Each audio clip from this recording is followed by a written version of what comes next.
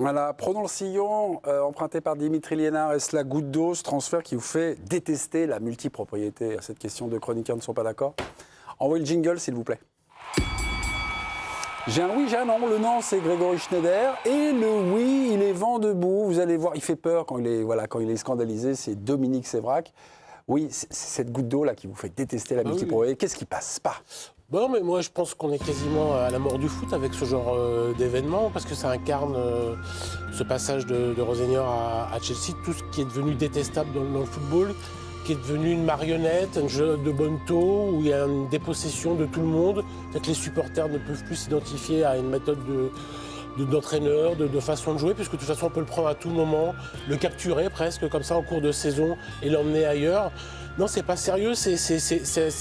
On parle. Quand il y a eu une dérive du capitalisme, on a dit qu'il est devenu financier. Ben voilà, le football n'est que de la finance. Désormais, il n'y a plus d'amour du jeu, il n'y a plus de foot, il n'y a plus de sport. Silence, Dominique. Non, Grégory, pourquoi? Alors déjà, on découvre que l'eau mouille. Quand Emega pose avec le maillot de Chelsea en septembre, alors qu'il lui reste 8 mois de contrat en Alsace, la personne s'est posé la même question, alors qu'on était déjà... En fait, la multipropriété, elle est là. On peut toujours la déplorer, pas la déplorer, elle est là. Vous ne survivez pas aujourd'hui en Ligue 1 sans avoir un actionnaire blindé ou sans avoir les reins solides. Sinon, vous faites une saison, 2 saisons, 3 saisons et inévitablement, vous allez en Ligue 2. On a perdu Reims et Montpellier la saison dernière qui étaient sur des actionnaires à l'ancienne. Il faut s'adapter. Alors, ça ne va pas être sans tiraillement, ça va pas être effectivement sans fait choquant, mais il va falloir d'une certaine manière l'apprivoiser parce que c'est le monde de demain. Merci, je vous ai laissé un peu plus parler car Dominique avait été extrêmement gourmand. Ce mot-là m'intéresse. Le président Philippe Sansfourche va-t-il emprunter donc la voie tracée par Dominique ou l'analyste financier de Libération, Grégory Schneider? Oui, alors, cinéma, économie, la finance, il est sur tous les fronts. Sauf le sport, malheureusement. Sauf le foot. Pas sûr que Jeanne Balibar aurait aimé ses arguments. Ouais. Je trouve que même si les arguments de Greg sont d'une objectivité assez implacable, mais je trouve qu'il dépose quand même les armes un peu vite, quoi. C'est-à-dire que c'est une acceptation quand même du fait qu'on est passé de l'autre côté de la barrière et comme il faut. Là où je ne suis pas dans le raisonnement, c'est que mettre sur la même ligne Emega, qui fait une faute de com avec son maillot, mais Emega, il est embauché pour Chelsea la saison prochaine. Il fait quand même sa saison. Là, en fait, on franchit une barrière supplémentaire. C'est-à-dire que Rosenior, qui fait partie d'un groupe, c'est-à-dire que, en fait, là, effectivement, on découvre que l'eau, ça mouille. C'est-à-dire que quand... c'est une affectation. Quand le groupe, quand Bluco engage Rosenior, ils disent, bon, on n'était pas dans le bureau, mais j'imagine qu'ils disent, voilà... À Strasbourg, le mec, il a déjà entraîné en Angleterre, il parle pas un mot de français, il parle anglais, machin. Son rêve, c'est quoi? C'est d'entraîner Strasbourg, d'entraîner Chelsea. En gros, c'est tu vas faire Strasbourg, puis si ça se passe bien, pourquoi pas? C'est évident, en fait, que c'est dans la tête de tout le monde. Départ, oui. Bon, est-ce que c'est contractuel? J'en sais rien, mais en tout cas... nous expliquer que Rosenior, peut-être, il pourrait avoir une marge de manœuvre, que demain, il va venir en conférence de presse. Donc vous prenez le chemin emprunté par Grégory Schneider, vous acceptez. Non, vous le comprenez. Pour autant, je n'accepte pas.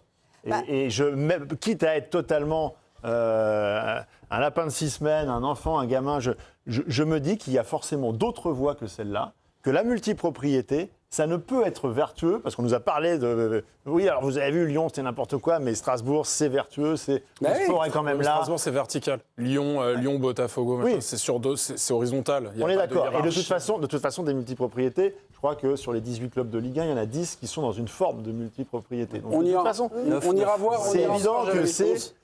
11. On ira voir. Mais là, le fait d'avaliser comme ça, qu'il y a, en gros, dans chaque multipropriété, il y a la première division, la deuxième, la troisième, la machin. Et donc que Strasbourg est le sous-fifre. Ce terme de petit frère et de grand frère, on l'a entendu, mais là, le petit frère, il est séquestré dans sa chambre et il prend des coups de bâton, quoi. C'est plutôt la femme coquuffier, non? Non, c'est le vassal, ou c'est le vassal, c'est la réserve, ou c'est comme si on... Où est le sport dans tout ça? Où est le projet? Où est le fait Ok, il y a des joueurs qui ne seraient pas là s'il n'y avait pas Bluco. Ok, ils sont premiers de la Ligue Conférence. Mais si c'est pour repartir de zéro au mois de janvier, à quoi ça sert? Rien. Donc, point pour Dominique Sévrac. Pour Dominique. Jérémy, j'ai entendu les chiffres de 11 clubs sur 18, donc, en Ligue 1. qui sont dans la multipropriété. Qui connaissent la multipropriété. Vous y êtes allé, effectivement, c'est 11 sur 18, c'est presque devenu la norme. Il y a plus de clubs qui sont dans la multipropriété que de clubs qui ne le sont pas. On a fait une carte. Regardez, on compte par exemple le PSG qui, via QSI, a racheté le club belge d'Eupen. Ça concerne aussi le Paris FC via Red Bull, l'OL, Nice, Monaco avec un club belge, Lens ou encore Lorient. Voilà, même Le Havre, voilà, des clubs qui survivent aussi grâce à la multipropriété. On ne parle pas que de Strasbourg. La multipropriété, est-ce qu'elle devrait être encadrée? Je me souviens, on avait fait un débat avec Éric Coquerel, un des députés ou sénateurs? Il est député. Député LFI, qui voulait interdire la multipropriété en France, mais on s'est très vite aperçu que la multipropriété est un phénomène mondial, et donc là, d'interdire juste en France, ça plomberait encore plus.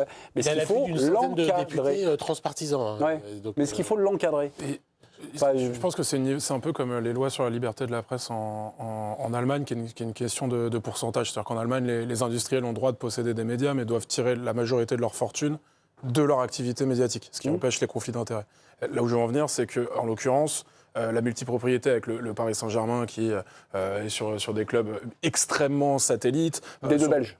Voilà, c'est ça, ou ce qui se passait à Lyon, même si c'était pas loin d'être vertueux, on s'en est rendu compte.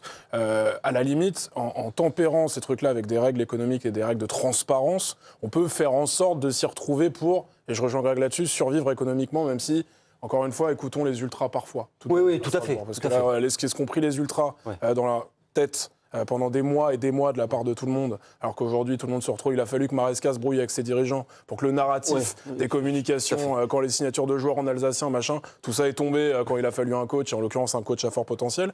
Mais là où je voulais en venir, c'est que quand la multipropriété est aussi totale, non régulée et verticale qu'elle l'est chez Blueco, c'est-à-dire où on va vraiment piocher à l'entrepôt pour remettre là où on veut, si tant est qu'on en ait envie. Ouais, c'est un garde-manger. Oui, et le chemin inverse, c'est-à-dire un gars, on ne sait pas quoi en faire, on va le mettre là en lui disant on verra si Chez tu fais progrès.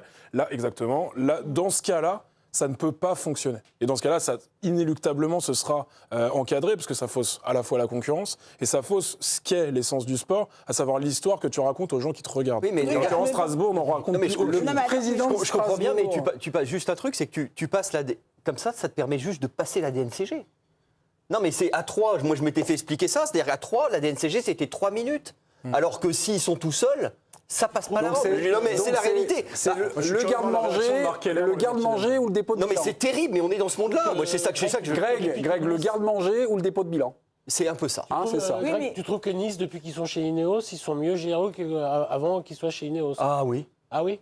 Ah bah, sans Ineos, il serait pas bien. Hein. Alors ça, je peux vous garantir que sans Ineos... C'est-à-dire que là, il y aurait d'autres qui va... Siani Dalma est dans la place.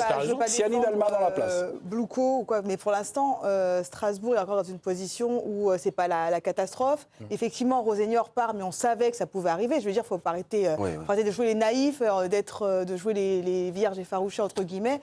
On savait que ça pouvait arriver. Un coach va aussi arriver. Je pense que c'est un projet aussi sur le long terme avec des jeunes joueurs. Donc tu peux mettre aussi un coach. C'est un projet de 6 mois sur le long terme. Oui, non. Mais ça, c'est le foot. Hein. C'est quand même un projet qu'on nous a vendu avec des très jeunes joueurs. Donc, justement, Jérémy Garionnet est en pôle pour succéder à Liam Rosenior. Pardonnez-moi, c'est qui ce monsieur? Entraîneur anglais comme Liam Rosenior, 42 ans, ancien joueur de Première Ligue, formateur à Liverpool, 2 expériences comme entraîneur en Première Ligue, Bournemouth et Wolverhampton. Je vous donne en gros ce que ça a donné. Le premier Bournemouth, il les a maintenus la saison 2022-2023, mais il a été viré en fin de saison parce qu'il avait enchaîné une série de 5 défaites de suite. Saison suivante, Wolverhampton, il les emmène à la 14e place en 2023-2024 et il est limogé en décembre. Globalement, c'est assez mitigé comme expérience en Première Ligue. Comme Rosenior, comme Rosenior. Là où 3 avait fait venir Patrick Kisnorbo, mais qui est dans la même logique, d'apprendre d'antichambre. Voilà. Le staff de Strasbourg, pas les francophones, ceux qui étaient autour de Liam Rosenior, on verra d'ailleurs qui va le suivre et qui va rester à l'entrepôt, on va dire, se réfèrent à leur équipe, pas de manière péjorative, mais c'est quand même un fait, pas par le terme de projet, mais par le terme d'expérience. Le staff de Strasbourg dit « de Strasbourg Experiment ». Donc on a des joueurs très jeunes qui viennent de plein d'endroits et que le but c'est de les faire progresser, mais pas tant pour, on va dire, le destin commun du club, quelque chose qui est quasiment impossible à créer, mais pour leur trajectoire personnelle et la trajectoire de ceux qui les ont fait progresser. C'est un rapport au sport qui, moi, me paraît extrêmement particulier.